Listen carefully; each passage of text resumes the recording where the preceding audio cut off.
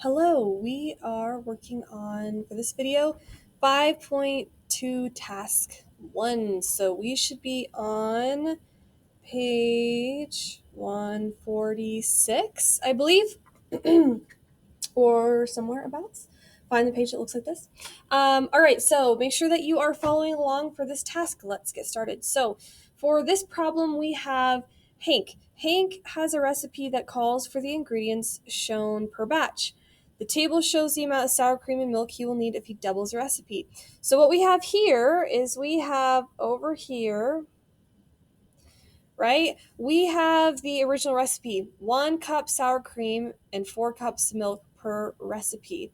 And then the table below, we see that we have, right, this is a recipe for 1 cup of sour cream. And then this is the what he needs to double the recipe of each one. Part A, so we're going to describe a pattern you see in the amount of sour cream and the amount of milk when the recipe is doubled.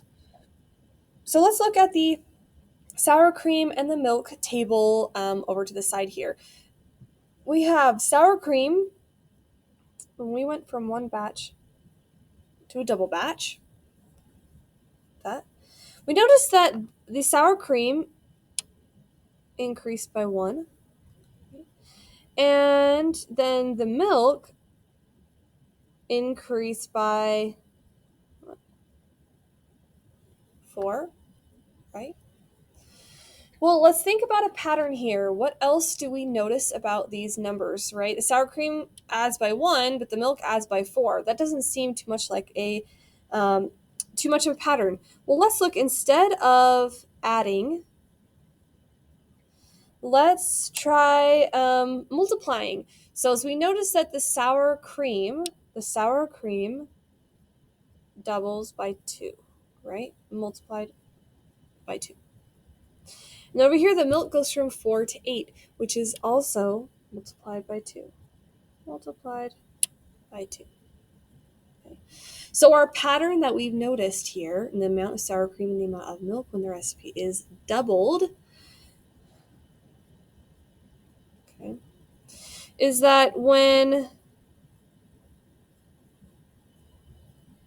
1 is doubled, the other is also doubled.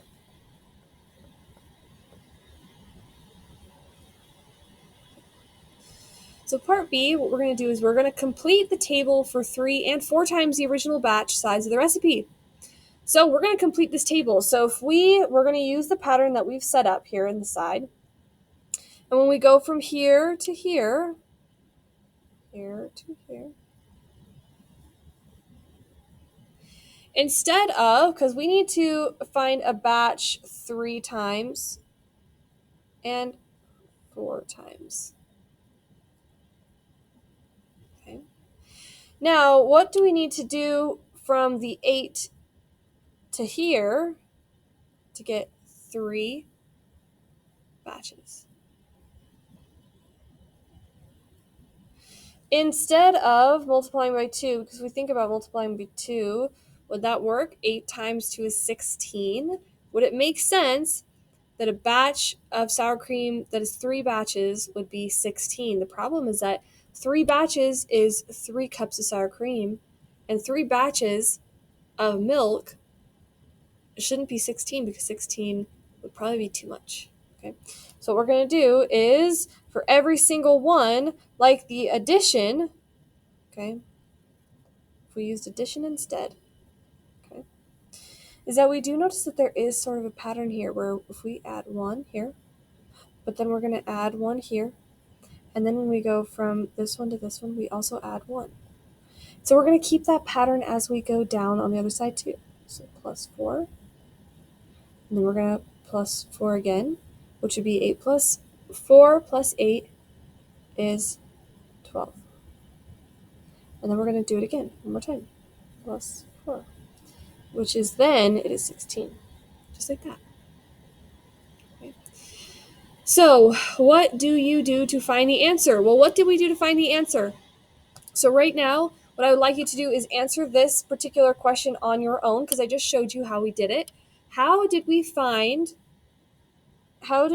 in those two boxes? So I'd like you to pause the video now and go ahead and write a full sentence answer for part B. Okay. All right, once you have answered part B, let's continue on to part C here. Okay, part C.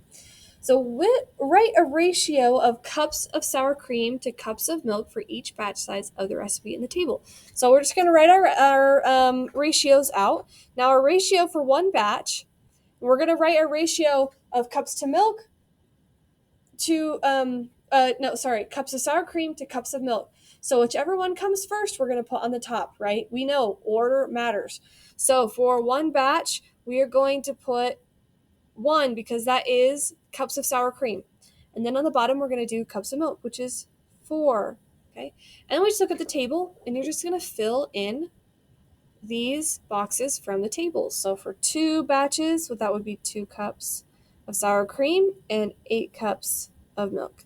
For 3 batches, it's 3 cups sour cream, 12 cups milk. For 4 batches, that's 4 cups sour cream and 16 cups milk. Okay. All right, so now what we're going to do next here is, now that we have our ratios, are the ratios you wrote in part C equivalent ratios? How do you know? Scroll down so you can see this a little easier. How do you know? So let's look at these ratios. Are the ratios you wrote in part C equivalent ratios? Well, how we can tell that they're equivalent ratios, right? That we need to make sure that are they the same proportions? So are these the same fraction?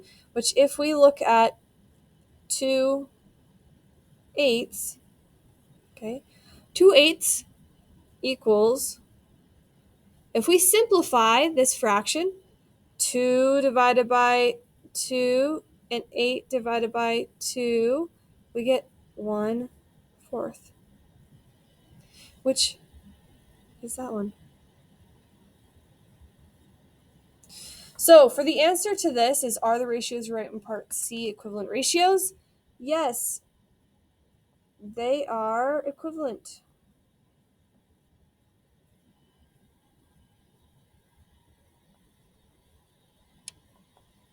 Okay. And they're equivalent because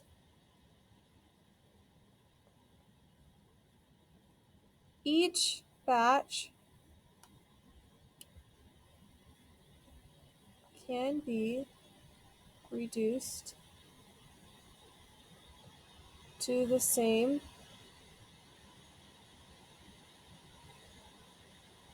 ratio. So we know these are equivalent ratios because they can always be reduced to the 1/4.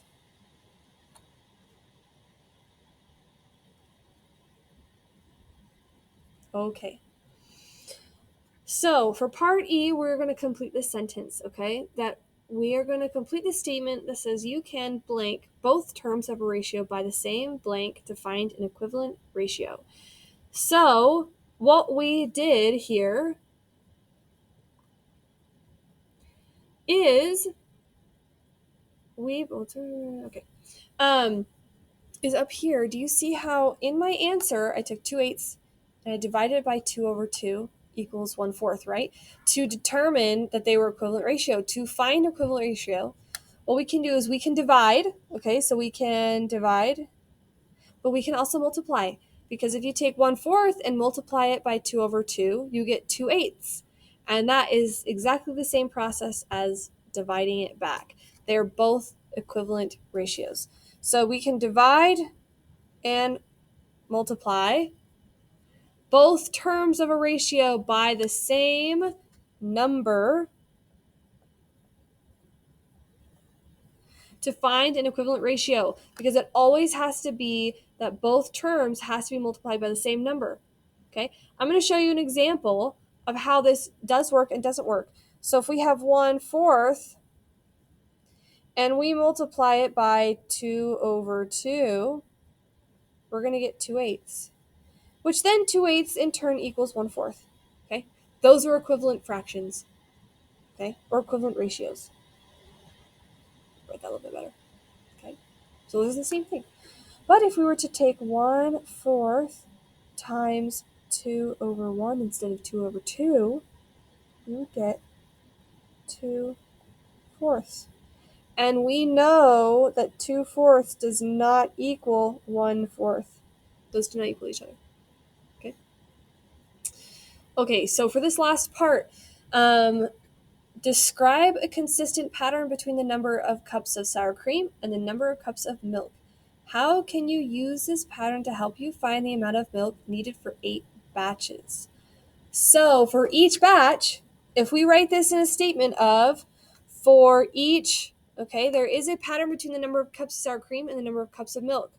Okay, the pattern is for every 1 cup of sour cream,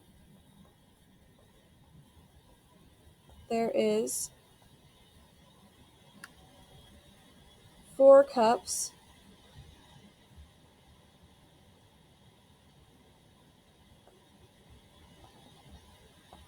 of milk. So, how can you use this pattern to help you find the amount of milk needed for 8 batches? So if every 1 cup of sour cream, there are 4 cups of milk, and you have, okay, for 8 batches,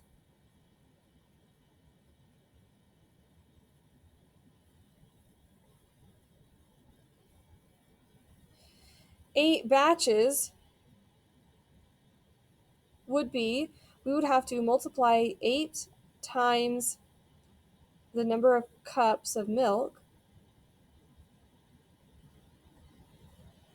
So then this,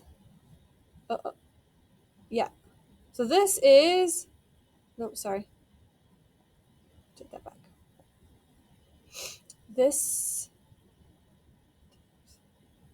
nope, I'm wrong here. Let's erase that. Okay, we have 8 batches. So this is our cups. That's a little bit too low, isn't it? It's hard to see that. Okay, so our 8 is our cups of milk. And we have to multiply our cups by milk by how many cups of 8 is cups of sour cream. You guys, I'm tired. It's late. Okay, so we have 8 cups of milk, sour cream, and we got to figure out how many cups of milk are in those 8 batches. So we're going to multiply it by cups of milk per batch. Okay, so this is total number of cups of sour cream. This is number of cups per 1 batch. And then 8 times 4 is 32. 32 is cups of milk. Okay, I hope that made sense. It got a little confusing there at the end. Hopefully that makes sense. If you need help understanding that last part, you are more than welcome to ask me. But otherwise, go ahead and move on to the next task.